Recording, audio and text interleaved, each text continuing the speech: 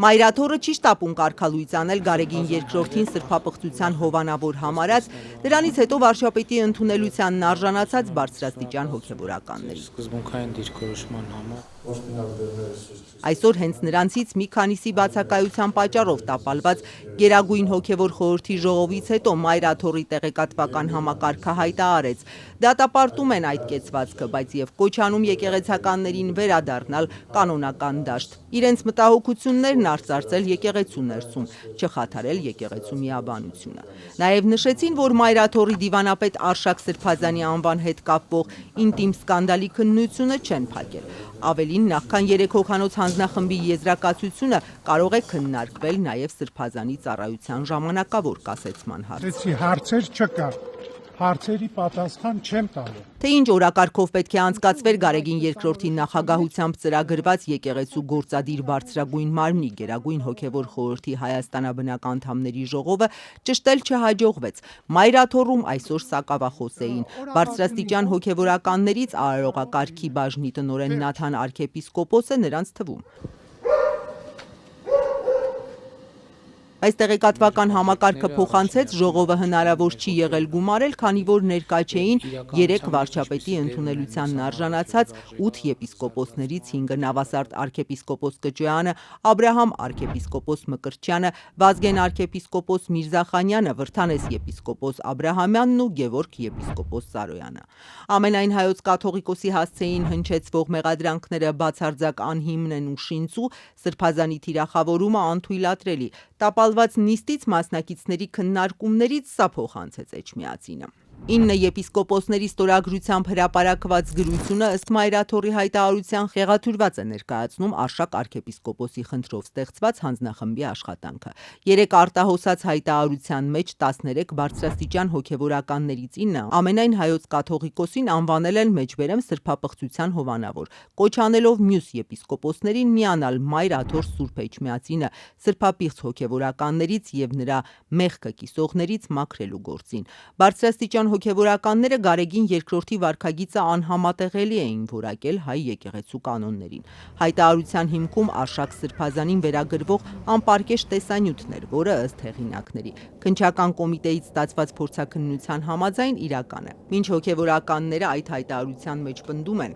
որ վեհափառը առ ոչինչ է համարել փորձաքննության արդյունքները, կոծկել է Արշակ Սրբազանի սրբապիղծ արարքը եւ այդ կերպ դարձել սրբապղծության հովանավոր, Մայրաթորի տեղեկատվական համակարգը պարզաբանել է, թե հանձնախումբը ըստ էության որևէ նիստ չի գումարել, չի հանդիպել Արշակ Սրբազանին, իսկ ամենայն հայոց կաթողիկոսին ներկայացված հանձնախմբի անդամների եզրակացությունը պատշաճ ընթացակարգով չի կազմվել։ Հանձնախմբի կողմից որևէ պաշտոնական դիմում չի կատարվել քննչական կոմիտե Սրբազանին վերագրվող տեսանյութի փորձաքննության համար, իսկ հանձնախմբի առանձին անդամի կողմից ստացված եզրակացությունը ձեռք է բերվել օրենքի ակնհայտ խախտումով, սպառիչ եւ լիարժեք չէ եւ չի կարող արժանահավատ հիմք ծառայել, որով եւ չէր կարող ընդունելի նկատվել հայոց հովվապետի կողմից։ Ինքը Արշակ Սրբազանը կասկածի տակ էր դրել իրեն վերագրվող ինտիմ տեսանյութերի փորձաքննության առկայությունը։ Երբ որ դա կհաստատվի, այն ժամանակի մասելիքները կասեն։ Քննչականը երեկվանից չի պարզաբանում, արդյոք փորձաքննությունն ավարտել է, այսօր էլ լռում են, թե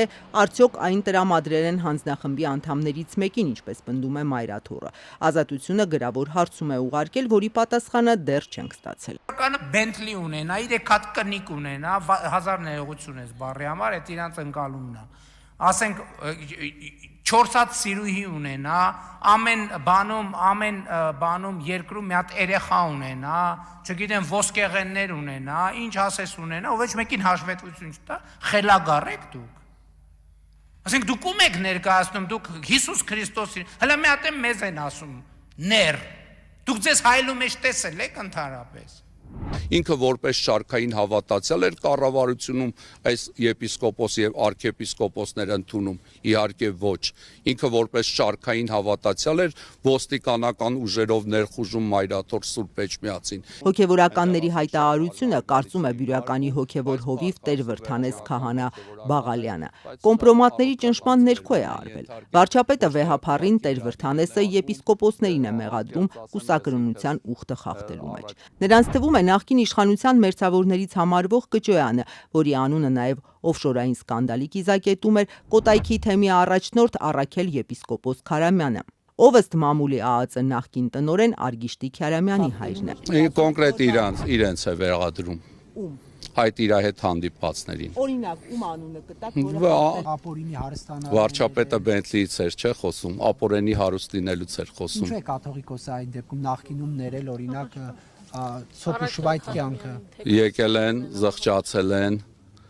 խոստովանել են, վեհապարը իրենց ժամանակ է տվել, ներողամիտ է եղել, բարեգութել։ Ըստ Տեր Վրդանեսի 54 եպիսկոպոսից 8-ն է միացել կաթողիկոսին գահընկեց անելու վարչապետի արշավին։ Եթե անգամ բոլորը միանան, դա հիմք չէ կաթողիկոսի հրաժարականի, պնդում է քահանան։ Վեհապար հայրապետը կարող է միայն հրաժարական տալ, եթե դավանաբանական